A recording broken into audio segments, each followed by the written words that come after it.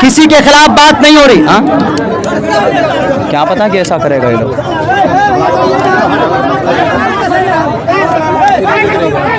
कार्यकर्ता सम्मेलन में आए हुए हमारे बिहार प्रदेश के अध्यक्ष आली जनाब अख्तरुल ईमान साहब, जोकीहाट प्रखंड के प्रखंड अध्यक्ष जनाब मौलाना अब्दुल्ला सालिम कमर चतुर्वेदी साहब, अररिया से आए हुए हमारे तमाम साथी और यहाँ पे मौजूद आप तमाम लोगों का हम अपने दिल की गहराइयों से खैर मकदम करते हैं।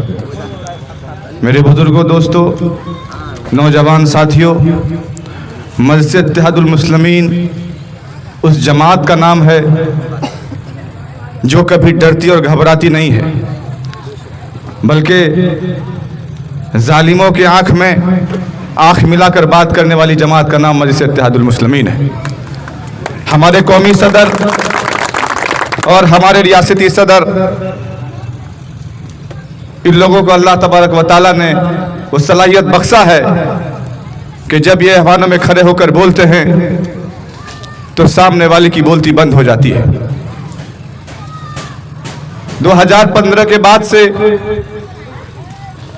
जब हमारे सदर जनाब अख्तरुल ईमान साहब इस पार्टी को लेकर सीमांचल में आए, लोग जान नहीं रहे थे इसको। इनकी मेहनत, इनकी कोशिश लगातार जारी रही, जबकि जिस पार्टी में ये थे वो पार्टी इख्तिदार में थी, मगर कौम के लिए कुछ करने का जज्बा इनके अंदर में था। सीमांचल की बदहाली का दर्द इनके सीने में दफन था। इनको ये लग रहा था कि हम जहां पर हैं वो हमारे लिए मुनासिब नहीं है। हम एक पास ऐसी पार्टी को लेके आए जो सीमांचल के मुसलमानों और मजलूमों के लिए एक आवाज बुलंद करे। इसी तर्ज पर इस पार्टी को लाया गया, लोगों के बीच जा जाकर मजलिस के पैगाम को पहुंचाया गया, और एक वक्त जब आया कि मजलिस कामयाब हुई, मजलिस पर लोगों ने भरोसा दिखाया, जताया, तो फिर आपने देखा कि यहाँ के कुछ लोग जिनको और दीगर पार्टियों ने टिकट नहीं दिया, हम लोगों ने उनका दामन थामा कि वो आए। चूंकि पहले भी वो उसमें थे, आएंगे तो हमारी मजबूती बढ़ेगी। जाहिर सी बात है कि कहीं ना कहीं हमारे कार्यकर्ता का भी हक मारा गया, मगर उनका हक मरने का वजह यह था कि हम जब ताकत में आएंगे, हमारा मकसद किसी को एमएलए एमपी बनाना नहीं था। हमारी पार्टी का मकसद एक गूंगे के मुंह में जबान देने का काम था। मगर आपने देखा कि जब मजलिस इत्तेहादुल मुस्लिमीन सीमांचल से कामयाब हुई तो कुछ लोगों ने एक साजिश रचा। दूसरे पार्टी के लोगों ने ऐसी साजिश की कि हमारे ही मजलिस के तमाम विधायकों को लेकर चले गए। मेरे बुजुर्गों, दोस्तों, सच्चाई तो यह है कि हक और सच का रास्ता बड़ा दुश्वारी भरा होता है। बहुत दुश्वारियां आती हैं, बहुत तकलीफात का सामना करना पड़ता है, मगर मजलिस इत्तेहादुल मुस्लिमीन उस जमात का नाम है जो डरने और घबराने वाली जमात नहीं है। ये फिर से उठेगी और मेहनत करेगी। आने वाले वक्त में इंशाअल्लाह ताला हमारे 5 एमएलए थे, आने वाले वक्त में 25 से 30 एमएलए हमारे बिहार से होंगे। हम लोगों की कोशिशें, मेहनत जारी है, और मैं मस्जिद इत्तेहादुल मुस्लिमीन अररिया से चुनाव लड़ा। जनाब अख्तरुल ईमान साहब की बहुत बड़ी कुर्बानी रही कि उन्होंने मुझे टिकट दिया, और मैं पहली बार चुनाव लड़ा तो तीसरे स्थान पर रहा। आने वाले वक्त में इंशाअल्लाह ताला मैं भी जब कामयाब हो जाऊंगा, और अगर मैं कामयाब हो भी जाता इस बार भी, तो यकीन मानिए ये सारे के सारे लोग चले गए थे, मगर मैं अपने जमीर का सौदा नहीं करता। मैं कल भी अख्तरुल ईमान साहब के पीछे खड़ा था और आज भी पीछे खड़ा रहूंगा। मेरे बुजुर्गों, दोस्तों, आप तमाम लोग यहाँ पर इकट्ठा हुए हैं हमारे सदर मोहतरम को सुनने के लिए, इसलिए मैं आपका ज़्यादा वक्त लेना नहीं चाहूँगा। मगर मैं आप तमाम लोगों से ये गुजारिश करता हूँ कि बहुत सारी बातें आती है, इनको जहन से निकालना है, मजलिस के लिए मेहनत करना है। जिस तरीके से आप लोगों ने मेहनत करके सीमांचल में एक बड़ी कामयाबी दी, उसी तरीके से आप लोग मेहनत के लिए अब लग जाइए। और आने वाले वक्त में भी बहुत समय बाकी है, बहुत वक्त बाकी है। इंशाअल्लाह ताला आपकी मेहनत और आपकी कोशिशों से मजलिस कामयाब होगी।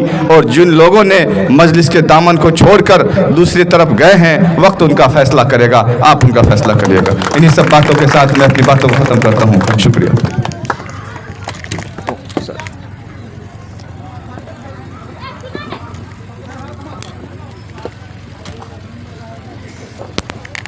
हज़रात मोहतरम, कुछ देर के अंदर मैं अपनी बात रखना चाहता हूँ। बस मेरे बाद आप जिस शख्सियत के इंतज़ार में बैठे हैं, इंशाअल्लाह वो आपको सुनाएंगे अपनी बात। उसके बाद फिर हम लोग असर की नमाज़ पढ़ गए, इंशाअल्लाह प्रोग्राम मजलिस बर्खास्त होगी। मजलिस इत्तेहादुल मुस्लिमीन बिहार की धरती पर पहचान कराने वाली शख्सियत हमारे बीच जनाब अख्तरुल ईमान साहब, रियासती सदर मजलिस इत्तेहादुल मुस्लिमीन बिहार के। मजलिस इत्तेहादुल मुस्लिमीन के प्लेटफॉर्म से वो विधायक भी हैं, एमएलए हैं अमोर विधानसभा से। हम लोगों को भी शौक़ हुआ, हमने भी मजलिस ज्वाइन की राशिद भाई के हाथ पे। पहले से मुअतक़िद था मैं, हमने मेंबरशिप हासिल की 2.5 साल या 3 साल तकरीबन, जो कि हाट के एक गांव। जब मैंने ऑफिस की बुनियाद डाली थी बेबरा चौक में, तो 2 या 3 आदमी थे। पोस्टर देखकर बैरिस्टर साहब के, अख्तरुल ईमान साहब के और AIMIM का लोग हंसते थे कि मौलाना ये क्या लेकर आप आए हैं। यहाँ तक कि हमारे फादर इन लॉ, मतलब मेरा ससुर, हमसे ये बोलता था कि आप पागल हो गए हैं, इस पार्टी को 1 वोट लोग नहीं देने वाला है। हमने कहा कि मेरा दिल कहता है कि मुस्तकबिल में, पिछला जो विधानसभा गया वो उस वक्त मुस्तकबिल ही था, मुस्तकबिल में इंशाअल्लाह ये पार्टी जो कि हाट से ज़रूर कामयाब होगी। हमने उसी आस्था पे काम शुरू किया हज़रात मोहतरम। और मैं समझता हूँ कि जो कि विधानसभा में 30-38 पंचायत है, हर एक पंचायत में तकरीबन 1 से 2 कमेटी बन चुकी थी मजलिस इत्तेहादुल मुस्लिमीन। और एक गांव घर जाकर के मजलिस का पैगाम, एक उम्मीद दिखी हमको। क्यों? क्योंकि जिनकी गुलामी हम पिछले 70 साल से, आज़ादी के बाद से लेकर बहुत सारी पार्टियां आई, अभी बढ़ चढ़ कर जिन्हें हम सेक्युलर, ज़बरदस्ती सेक्युलर का लेवल थोपने चले हैं नहीं, थोप रहे हैं हम, वो उनके भी दामन थामे हमने कुछ दिनों तक, कई साल, कई मरतबा उनकी सरकार रही बिहार में। लेकिन जब हमने देखा कि हमारे हक की जब बात आती है तो सब बिल में छुप जाते हैं, कोई हमारे लिए आवाज़ बुलंद नहीं करते। एक प्लेटफॉर्म है बैरिस्टर असदुद्दीन अवैसी साहब का, पार्लियामेंट हो, जहाँ पे भी हो, वो हमारे लिए तर्जमानी करते हैं। कम से कम इतने सदियों के बाद अगर कोई एक लीडर खड़ा हुआ है तो उसकी आवाज़ को मजबूत करनी चाहिए। मेरे दिल में ये पैदा हुआ। यहाँ तक के एक बहुत बड़े शायर दिल खैराबादी साहब, वो क्या बोलता है, मौलाना अब्दुल्ला के सामने MIM का अगर बुराई करोगे, उसका कल्बी रिश्ता किसी से होता है, उसका रूहानी रिश्ता है MIM से।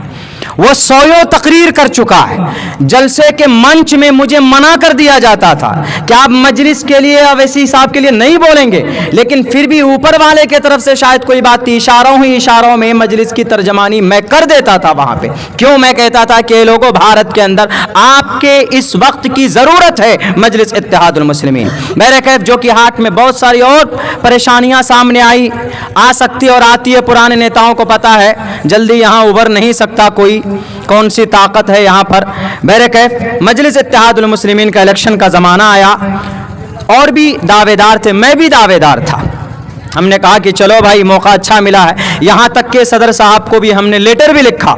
हमने कहा कि सर, क़यादत मैं चाहता हूँ मेरे हाथ में आए, और जो कि हाट में लोगों का मिजाज बन चुका है, मैं इंशाअल्लाह जीत की कामयाबी, आपके जीत इंशाअल्लाह यहाँ से हासिल करूँगा। आप टिकट हमको दीजिए, कामयाबी मैं आपको दिलाऊँगा, ये मैं कसम खाकर कहता हूँ। मुझे अल्लाह की ज़ात पर भरोसा है। मेरे कई बातें हुई, सब कुछ हुए, बहुत उतल पुतल हुआ। और यहाँ से हमारे जो अभी मौजूदा अभी साबिक जो विधायक हैं मजलिस के थे, मजलिस के प्लेटफॉर्म से जीते वो, अभी वो चले गए हैं किसी और पार्टी में, तो उनका टिकट नहीं कटा था। लोगों के दिमाग में एक कॉन्सेप्ट था बैठा हुआ कि आरजेडी से टिकट जनाब शाहनवाज साहब को दिया जाएगा और एमआईएम का मौलाना अब्दुल्ला को, और जदयू से मुर्शिद साहब आएंगे। ये बिल्कुल बना हुआ था, लेकिन राजनीति उसी को बोलते हैं जो एक घंटे के अंदर में समीकरण चेंज हो जाता है। वही यहाँ पे हुआ, सरफराज साहब को उनको आरजेडी का मिल गया, शाहनवाज साहब बीच में अकेले पड़ गए, मुर्शिद साहब की जगह पे वहाँ बीजेपी का कैंडिडेट को दे दिया गया। अब बात, मैं भी ससो पंच में मैं तैयारी भी कर रहा था कि भाई मैं लड़ूंगा, क्योंकि यहाँ से कोई और है नहीं। मैडम थी गुलशन आरा, बैरकैफ उनका भी नाम था, हम दोनों दावेदार थे। तो चलिए, लोगों को ये दिमाग में बैठा हुआ था क्या मौलाना को टिकट मिलने वाला। मेरे जवाब में, मेरी बात में बहुत सारे आपके सवाल का जवाब है। मैं क्लियर खोल कर कुछ नहीं बोलना चाहूँगा, मैं वो बात बताना चाहता हूँ जिसका लिंक आज से मैं जोड़ूंगा। तैयारी हो रही है, सब कुछ ठीक, पेपर वगैरह तैयार किए जा रहे हैं। अब बात शाहनवाज साहब का टिकट जैसे कटता है तो फौरन आकर के मशवरा करते हैं। उनके वर्करों ने कहा कि अगर आप जीत चाहते हैं तो आप एमआईएम का टिकट लेकर के आइए, लेकिन एमआईएम के लिए मौलाना अब्दुल्ला साहब मजबूत कैंडिडेट हैं, कैडर हैं, और वही इसलिए कि उनके सामने में भी कोई नहीं है, मैडम है और मौलाना अब्दुल्ला हैं, दोनों में से किसी एक को पार्टी फाइनल करेगी। बहरकैफ ये बातें जब चल रही थी तो उनके कुछ वर्कर आए हमारे सामने, बल्कि नाम लेना चाहता हूं मैं उनका, हमारे बड़े भाई अब्दुल वदूद साहब भी पहुंचे, और यहां पर आसपास में भी वो एक भाई साहब हैं हाफिज साहब, हाफिज शाहबाज साहब, मेरे दोस्त भी क्लासमेट, वो भी पहुंचे, कई लोग पहुंचे। यहां तक के भाई अब्दुल वदूद साहब रो रहे थे। उन्होंने कहा कि मौलाना आप सिर्फ सपोर्ट कीजिए, आप जो कहेंगे जो कि हाथ में वो होगा। बहरकैफ जो भी उनकी भावना जुड़ा था उन्होंने कहा, हमने कहा कि देखिए भाई साहब ऐसा है, दर्द हमको भी आपका टिकट कटा, लेकिन एक बात मैं कहता हूं कि मैं एमआईएम का दावेदार था, मैं रहूंगा, मैं अपना टिकट आपको नहीं दे सकता। अगर आपको राब्ता करना है, कुछ कहना है, आप जाइए, अख्तरुल ईमान साहब हैं या असदुद्दीन ओवैसी साहब हैं, उन सब से आप जाके राब्ता कीजिए। मैं एक वर्कर हूं, पार्टी का जो फैसला होगा सर आंखों पर होगा, मैं इलेक्शन जो कि हाथ से लड़ूंगा। बहुत कोशिशें की, मरहूम हाजी साहब, मरहूम मुखिया कौसर साहब, वो भी आए, मेहनतें की, कोशिश की, एमआईएम के प्लेटफॉर्म से बहरकैफ बहुत सारी कोशिशें आई। देखा कि भाई चूंकि तस्लीम साहब हमारे सीमांचल के लिए उन्होंने बहुत कद्दोकाशिशें की, उन्होंने सीमांचल बल्कि ये सीमांचल एक्सप्रेस ट्रेन जिसमें हम बैठ के जाते हैं उन्हीं की मशक्क़त है, और भी बहुत सारी चीज़ें, आंखों में आंखें डालकर बात करने वाला शख्स मरहूम तस्लीम साहब थे, अल्लाह उनकी मग़फ़िरत फरमाए। सीमांचल गांधी का लक़ब मिला, लेकिन हम आज उनकी कुर्बानी को या उनकी क़यादत को या उनकी सियासत की कायदाना सियासत को हम भुला चुके हैं। हम कदमों में पड़ जाते हैं जाके लोगों को, इस हैसियत की हमारी सियासत हो गई। इसलिए तस्लीम साहब से सबक लेने की ज़रूरत है, उनकी ज़िंदगी से। बहरकैफ फैसला हुआ, हमें सदर साहब ने बुलाया, कहा कि मौलाना ऐसा ऐसा सिचुएशन है, हम मजबूत कैंडिडेट चाहते हैं, जो कि हाट विधानसभा में मजबूत कैंडिडेट चाहते हैं, टिकट तो आपका है, आप क्या फैसला करते हैं। हमने कहा कि सर पार्टी को मजबूत करने के लिए काम किया हमने, बाकी जिनको आप टिकट देंगे आप वादा कर लीजिए क्या वो यहाँ वो काम करेंगे, मजलिस को बदनाम तो नहीं होने देंगे, मजलिस जिस नाम से जानी जाती वो चीज़ नहीं होनी चाहिए। हमने ये भी कहा कि सर मैं लड़ूंगा, क्योंकि मुझे उम्मीद नहीं है कि वहाँ से कुछ भला होगा, हमको उम्मीद नहीं है सर, मैं लड़ूंगा, मेरे लिए टिकट फाइनल कीजिए।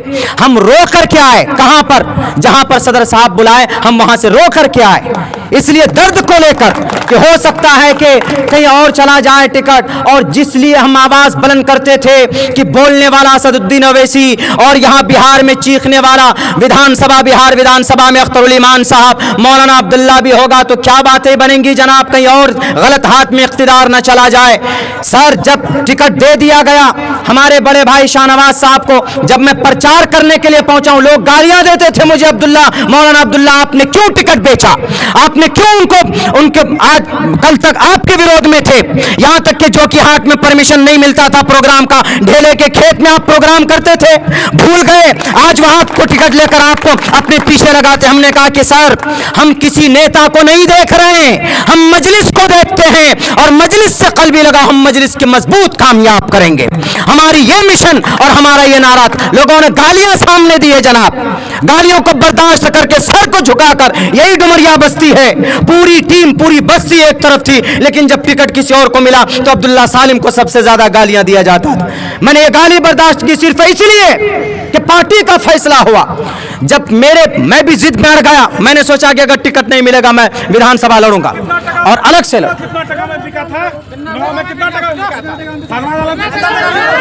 अरे पहले सुनिए,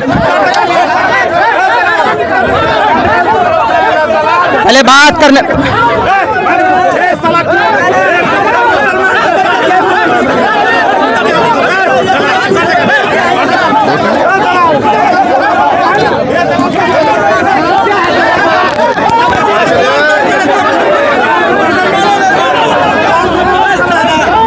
हमें बात करने दीजिए, हम किसी के खिलाफ नहीं बोल रहे हैं।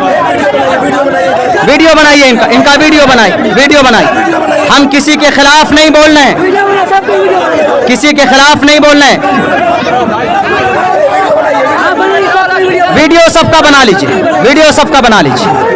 हम किसी के खिलाफ बात नहीं कर रहे हैं। पहले बात सुन लीजिए, आप लोग देख रहे हैं ना, किसी के खिलाफ बात नहीं हो रही है, लेकिन ये प्रोग्राम नहीं करने देंगे। किसी के खिलाफ बात नहीं हो रही। हाँ, क्या पता कि ऐसा करेगा ये लोग।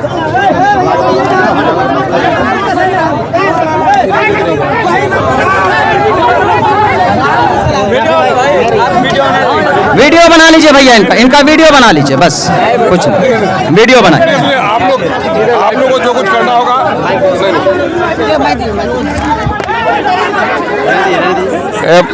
भाई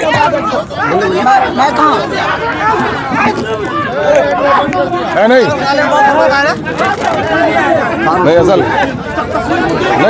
भाई सुनिए यहाँ पर उनको आने दिए,